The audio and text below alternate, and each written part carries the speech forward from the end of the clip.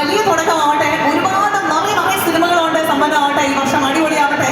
So ഇനി ഒരു യൂത്തൻ ഇവിടെ എത്തിയിട്ടുണ്ട്, ഞാനൊന്ന് വിളിച്ചോട്ടെ? ആ ആസിഫ് ഒറ്റ ചോദ്യം, അത് നിഷാദ് സാഗറാണോ?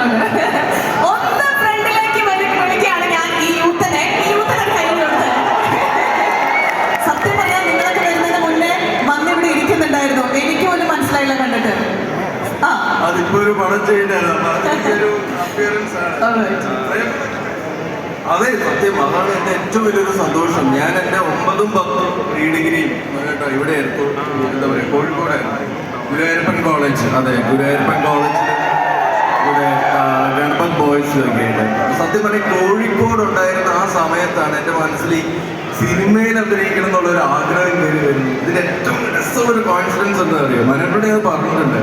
ഒരു ദിവസം രാത്രി വെറുതെ പഠിക്കുന്ന സമയത്ത് ഈ പ്രീ ഡിഗ്രി ഫസ്റ്റ് ഇയർ പഠിക്കും, മനോജേട്ടനെ സ്വപ്നം കണ്ടു.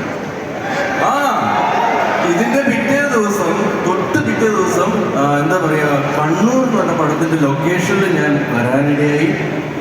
അവിടെ വെച്ചൊരു സംവിധായകൻ എൻ്റെ അടുത്ത് അഭിനയിക്കാൻ താല്പര്യമുണ്ടെന്ന് ചോദിച്ചു. അങ്ങനെയാണ് ഞാൻ സിനിമയിലേക്ക് വരുന്നത്. അപ്പൊ നിങ്ങൾക്ക് ആർക്കെങ്കിലും സിനിമയിൽ അഭിനയിക്കാൻ താല്പര്യമുണ്ടെങ്കിൽ മനോജേട്ടന്റെ സ്വപ്നം കാണുക, അടുത്തുള്ള ലൊക്കേഷനിലേക്ക് പോവുക.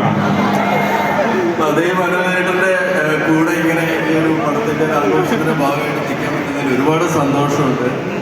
പിന്നെ ഞാൻ എന്താ പറയുക, കുറച്ച് നേരത്തെ എത്തിയതുകൊണ്ട് ആസിഫിനെ എല്ലാവരും വെയിറ്റ് ചെയ്തതിനൊപ്പം ഞാനിങ്ങനെ ആകാംക്ഷയോടെ വെയിറ്റ് ചെയ്യായിരുന്നു.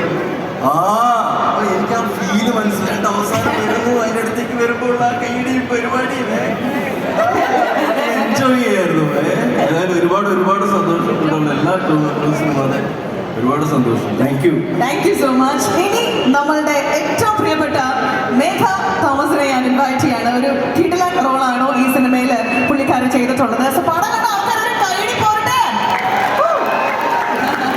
തികച്ചും അസാധ്യം എന്ന് പറയാവുന്ന അതുമാതിരിയുള്ള പ്രകടനങ്ങളാണ് കാഴ്ചവെച്ചിട്ടുള്ള സിനിമയിൽ നമുക്ക് പറയേണ്ടി വരും. സംസാരിച്ചോളൂ കോഴിക്കോടുകാരോട്.